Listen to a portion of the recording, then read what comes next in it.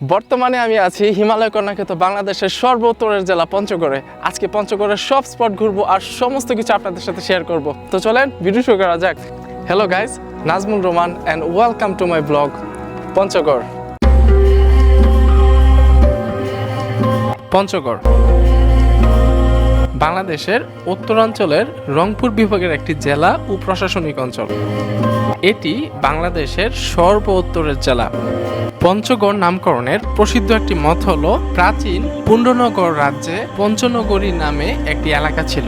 কালের বিবর্তনে এটি পঞ্চনগর বা পঞ্চগড় হিসেবে আত্মপ্রকাশ করে।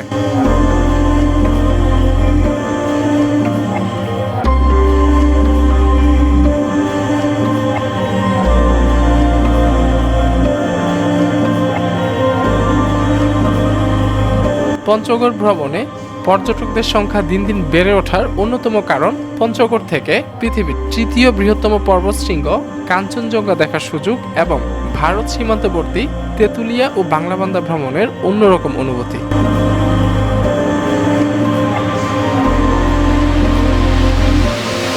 আজকের পুরো ভিডিওতে আমরা তুলে ধরব তেঁতুলিয়ার মহানন্দা নদীর তীরে কাঞ্চনজঙ্ঘা দেখার অভিজ্ঞতা এবং পঞ্চগড়ের বেশ কয়েকটি উল্লেখযোগ্য স্পট, যা দেখতে পারবেন আপনারাও আমাদের আজকের ভ্রমণ গল্পে। আসসালামু আলাইকুম ভিউয়ার্স, সবাই কেমন আছেন? আশা করি সবাই ভালো আছেন। আমাদের এবারের জার্নিটা স্টার্ট হচ্ছে ঢাকা এয়ারপোর্ট রেলওয়ে স্টেশন থেকে। আর আমার সাথে পুরো জার্নিতে থাকবেন হচ্ছে আপনাদের প্রিয় কামরুল ভাই। আসসালামু আলাইকুম। হাই, সবাই কেমন আছেন? আশা করি সবাই আলহামদুলিল্লাহ ভালো আছেন। আমাদের জন্য সবাই দোয়া করবেন।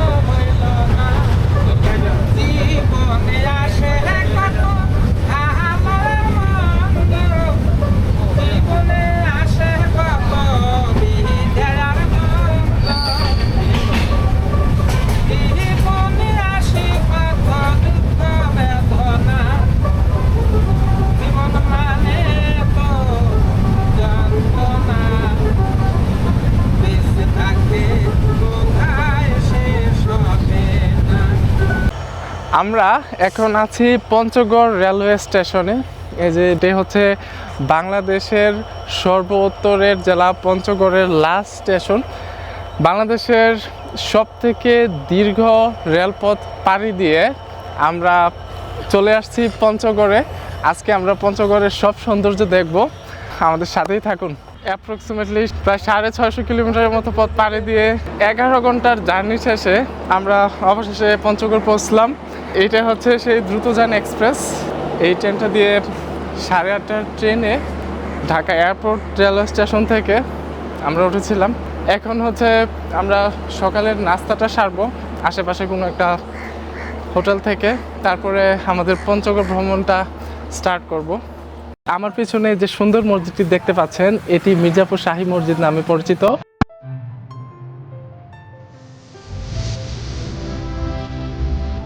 এটি পঞ্চগড় জেলা শহর থেকে প্রায় 17 কিলোমিটার দূরে আটোয়ারী উপজেলায় মির্জাপুর গ্রামে অবস্থিত।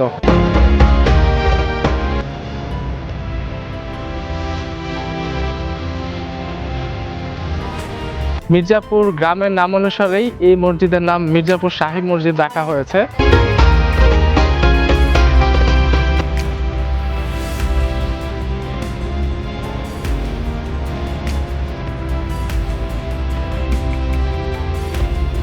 এই মসজিদ কে নির্মাণ করেন তা নিয়ে ঐতিহাসিক মত পার্থক্য আছে। কেউ কেউ মনে করেন মির্জাপুর গ্রামেরই জনৈক এক ব্যক্তি মালিক উদ্দিন তিনি এই মসজিদ নির্মাণ করেন। আবার কেউ কেউ মনে করেন দুস্ত মোহাম্মদ নামে এক ব্যক্তি এই মসজিদের নির্মাণ কাজ শেষ করেন। তবে প্রত্নতাত্ত্বিকগণ মনে করেন শাহ আলমের শাসন আমলে, মোগল আমলে এই মসজিদ নির্মাণ করা হয়। এই মসজিদটির দৈর্ঘ্য 40 ফিট এবং প্রস্থ 25 ফিট। এই মসজিদে পোড়ামাটির ফলক বা টেরাকোটা আছে, প্রতিটি ফলকে ফুলের চিত্রাঙ্কন করা আছে।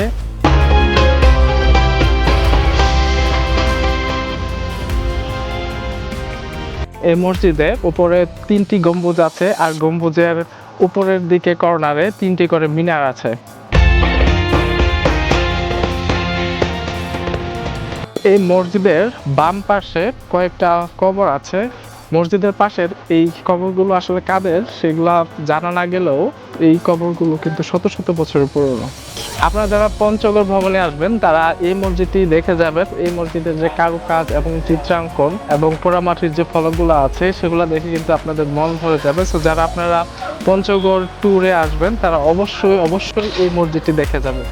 মির্জাপুর শাহী মসজিদের খুব কাছাকাছি আরেকটা ঐতিহাসিক নিদর্শন আছে এখানে। এটা হচ্ছে ইমামবাড়া, যেটা হুসনি দালান নামেও পরিচিত। এটা মির্জাপুর শাহী মসজিদের খুব কাছাকাছি 1 মিনিটের হাঁটার দূরত্বে অবস্থিত। ভিতরটাও আপনাদেরকে দেখিয়ে আনি।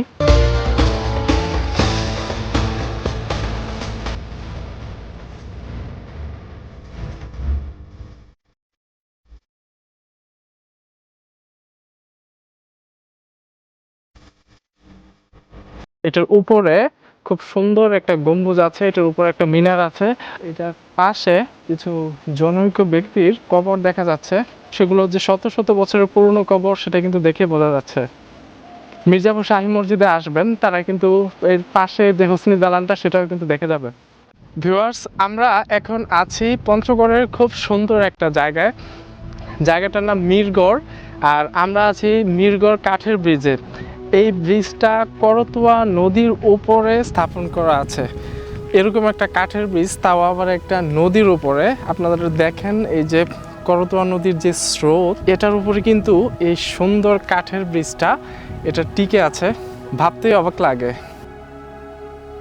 পঞ্চগড়ের মিরগড়ে এত সুন্দর একটা কাঠের ব্রিজ আছে। এই জায়গাটাতে আসবেন, এখানে প্রচুর বাতাস। মিরগড়ের এই কাঠের ব্রিজটা করতোয়া নদীর ওপরে খুব সুন্দর করে করা আছে। আপনারা এখানে আসলে প্রাণ ভরে কিন্তু আপনারা দম নিতে পারবেন। এবং এই করতোয়া নদীর যে সৌন্দর্যটা, সেটা করতোয়া নদীর মাঝখান থেকে উপভোগ করার যে অকৃত্রিম একটা অনুভূতি, সেটা কিন্তু আপনারা এখানে আসলে নিতে পারবেন। আর এখানে অনেক নৌকা আছে, আপনারা এই নৌকাগুলো ভাড়া নিয়ে কিন্তু এই করতোয়া নদীতেও কিছুটা সময় পার করতে পারবেন। পঞ্চগড়ের যারা স্থানীয় আছেন, যারা এখানে আসেননি বা যারা পঞ্চগড়ে ভ্রমণে আসবেন, তারা কিন্তু এই জায়গাটাতে আসবেন। এই জায়গাটা কিন্তু পঞ্চগড় শহর থেকে খুব বেশি দূরে না। পঞ্চগড় বাস টার্মিনাল বা রেলওয়ে স্টেশন থেকে কিন্তু প্রায় 3 কিলোমিটার দূরত্বে এই জায়গাটা। অটো বা ভ্যান দিয়ে কিন্তু আপনারা এই জায়গাটাতে চলে আসতে পারবেন। সো আপনারা কিন্তু অবশ্যই এই জায়গাটাতে আসবেন এবং এখানে খুব সুন্দর কিছু মুহূর্ত পার করতে পারবেন এবং কিছু ভালো লাগার মুহূর্ত নিয়ে এখান থেকে কিন্তু আপনারা ফিরতে পারবেন। ব্রিজে উঠলে 10 টাকার টিকিট কাটতে হয়। সো আপনারা 10 টাকার টিকিট কেটে এই ব্রিজে উঠতে পারবেন। ভিউয়ার্স, আমরা এখন আছি পঞ্চগড় পাথর জাদুঘরে, যেটি রক্স মিউজিয়াম নামে পরিচিত। এটির লোকেশন হচ্ছে পঞ্চগড় মহিলা কলেজের ভিতরে। পঞ্চগড় মহিলা কলেজের ভূগোল ও পরিবেশ বিভাগ যে ভবনটা আছে, সেটার সামনের যে অংশটা, সেখানে অনেক পাথরের ডিসপ্লে দেখতে পাবেন। আর এটাই কিন্তু অ্যাকচুয়ালি রক্স মিউজিয়াম হিসেবে এখানে পরিচিতি পেয়েছে।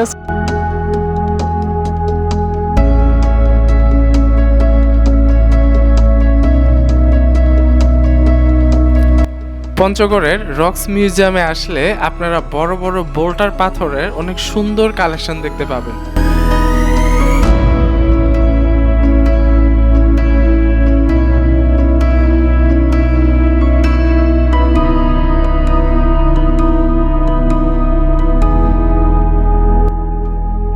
হাতে সময় পেলে আপনারা পাথরের এই ব্যতিক্রমধর্মী সুন্দর কালেকশনটা দেখে যেতে পারেন।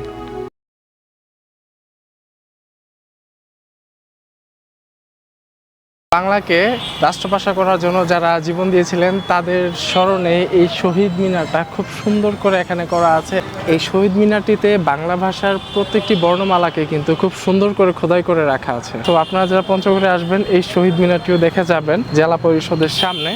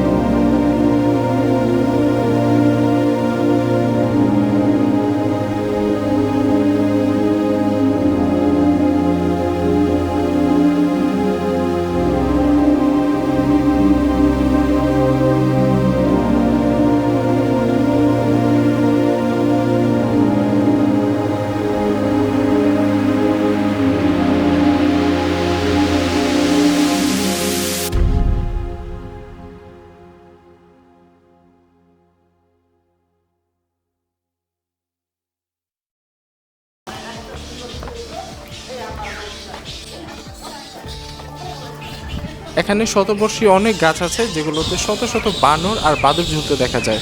প্রতি বছর ঐতিহাসিক এই দিঘিটির পাড়ে বাংলা নববর্ষে মেলা বসে। ভিউয়ার্স, এখানে এসে কিন্তু আমরা অনেক পর্যটকই দেখতে পেয়েছি যারা শুধুমাত্র এই দিঘির পাড়ে এসে সময় কাটানোর জন্য বিভিন্ন দূর দূরান্ত থেকে এসেছেন। তো যারা পঞ্চগড়ে আছেন, যারা এখানে আসেননি, তারাও কিন্তু আপনারা ফ্যামিলি নিয়ে এখানে আসতে পারেন। একটা বিকাল কিন্তু এখানে পার করে যেতে পারেন। খুবই সুন্দর মনোরম পরিবেশ এবং কোলাহলমুক্ত, পাখি কিচিরমিচির ডাকছে। আপনারা যারা পঞ্চগড় ঘুরতে আসবেন তারাও কিন্তু এই জায়গাটা ঘুরে যেতে পারেন তেঁতুলিয়া যাওয়ার পথে।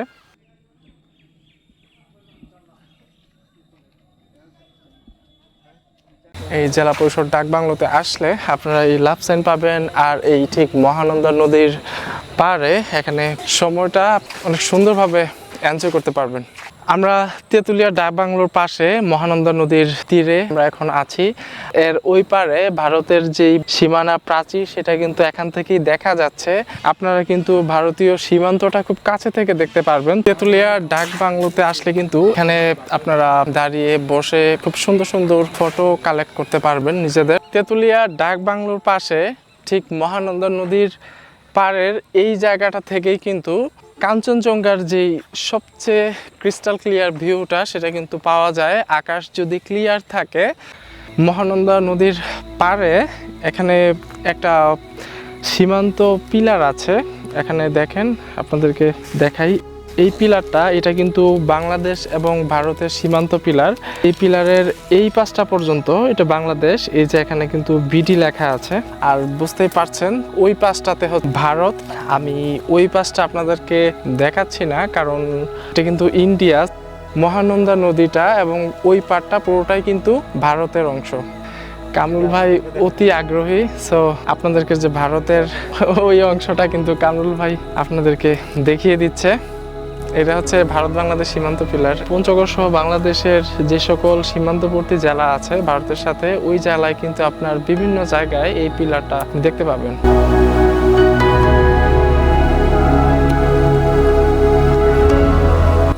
ইন্ডিয়া যাবেন? হ্যাঁ, আমি ইন্ডিয়া এইমাত্র। হ্যাঁ, একটু ঘুরে আসেন তো ইন্ডিয়া থেকে। আমি কই? আপনি বাংলাদেশ আছেন আর আপনি কই?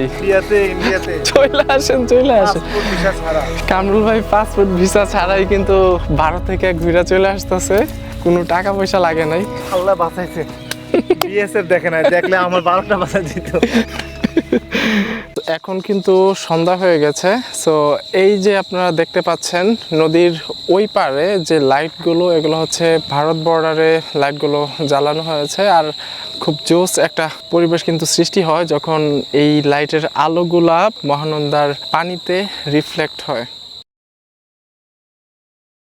এইটাই হচ্ছে তেঁতুলিয়া বাজার, আর তেঁতুলিয়া বাজারের পাশে আমরা যে হোটেলটাতে উঠেছি এটা হচ্ছে কাজী ব্রাদার্স হোটেল। ডেসক্রিপশন বক্সে নাম্বারটা দিয়ে দিব, সো আপনারা চাইলে কিন্তু এই হোটেলে উঠতে পারেন। এটা হচ্ছে নন এসি, অ্যাটাচ ওয়াশরুম আছে, আর এই যে ডাবল বেড, 3-4 জন থাকতে পারবেন। আসসালামু আলাইকুম ভিউয়ার্স, শুভ সকাল পঞ্চগড়ে।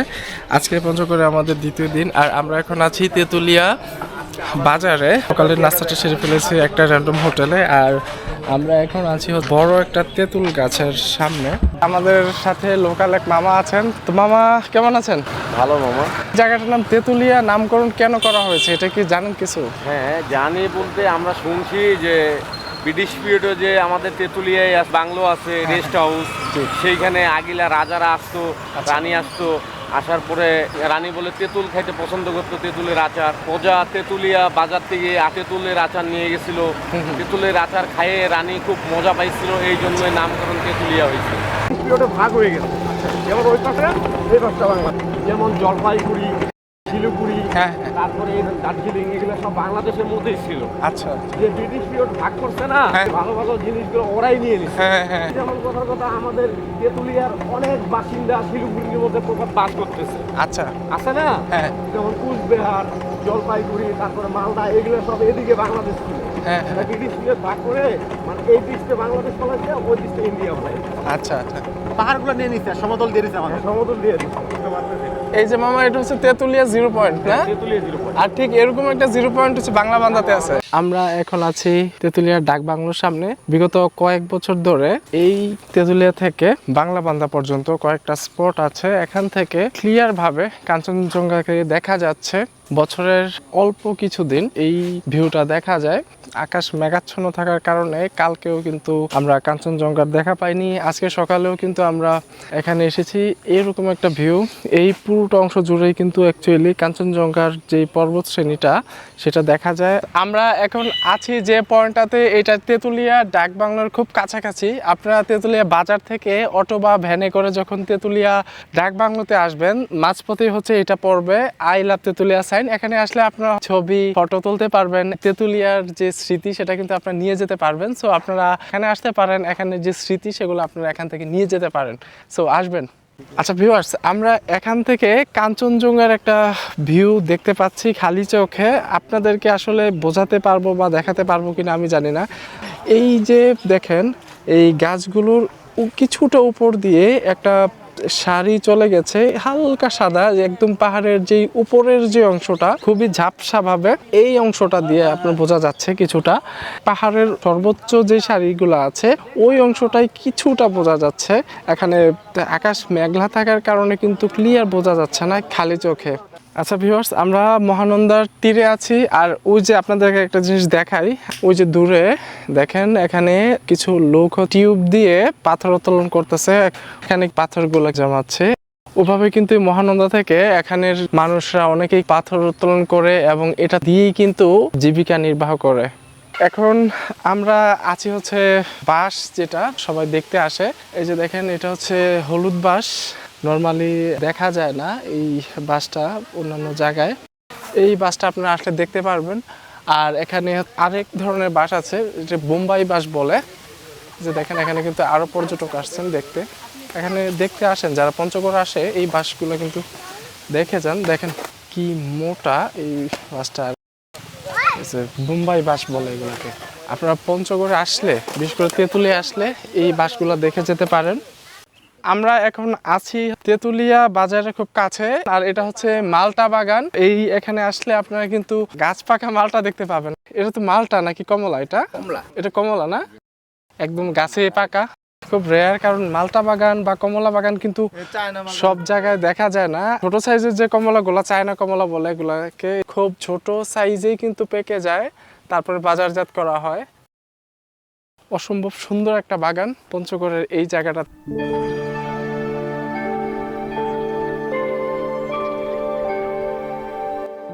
এই যে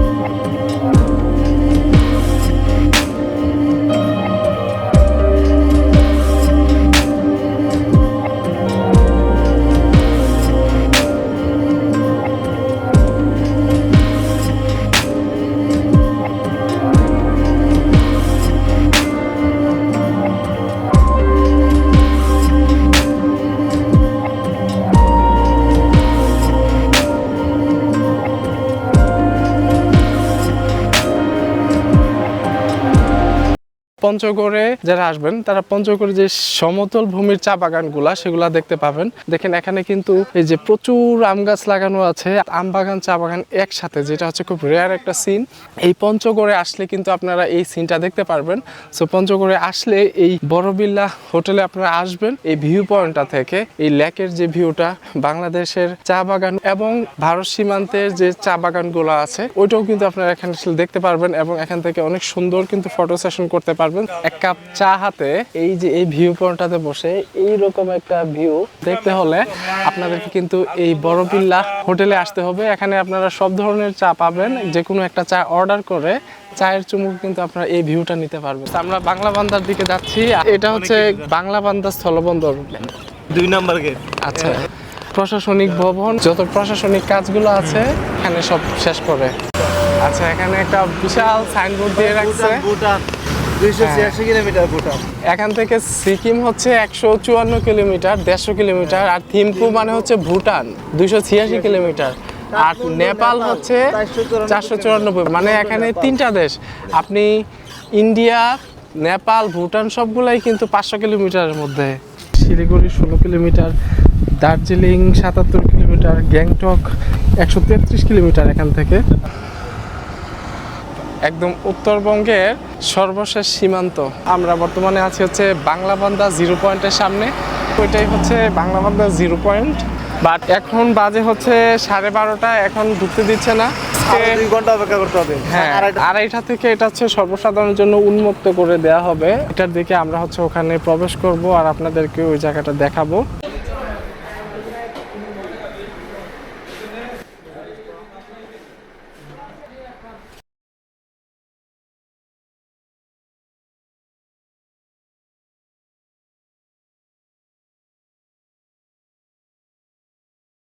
এখন বাজে হচ্ছে 4:30, তো বিকাল 5টার দিকে হচ্ছে প্যারেড শুরু হবে।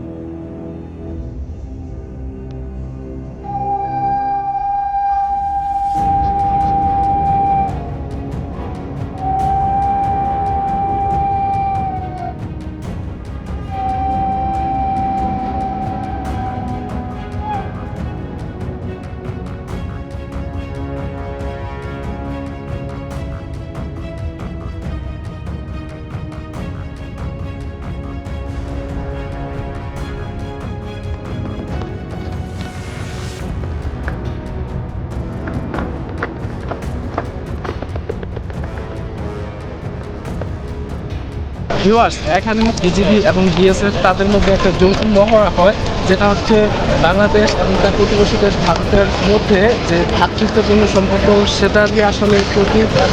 আমরা চাই এই যে এই ভ্রাতৃত্বটা সারা জীবন অটুট থাকুক এবং এই ভ্রাতৃত্বের বন্ধন আরও অনেক বেশি শক্তিশালী হবে ফিউচারে। সে প্রত্যাশায় আজকের বাংলাদেশ ভারত সীমান্ত থেকে আমার ভিডিও এখানে শেষ করছি। This is Nazmul Rahman and signing off from Banglabandha Panchagarh. সবাই ভালো থাকবেন, সুস্থ থাকবেন, আর পরবর্তী ভিডিও দেখার আমন্ত্রণ জানিয়ে আজকের ভিডিও এখানে সমাপ্ত। আল্লাহ হাফেজ।